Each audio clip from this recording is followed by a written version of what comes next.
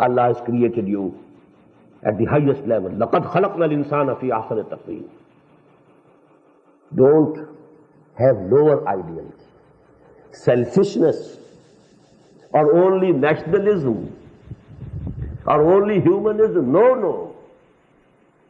Love Allah, adore Allah, worship Allah,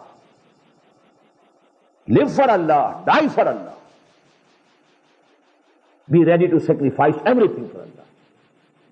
This is essentially, this is Tawheed.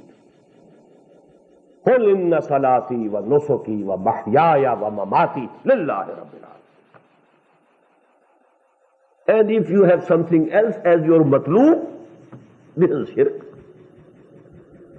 You might not be bowing down before some idol. You might not be worshipping any visible object.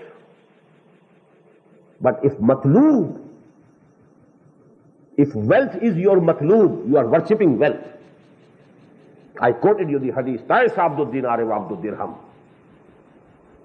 Woe to the person who is worshipping dinar and dirham. Nobody has ever worshipped in that sense. None has prostrated before, dinar or dirham.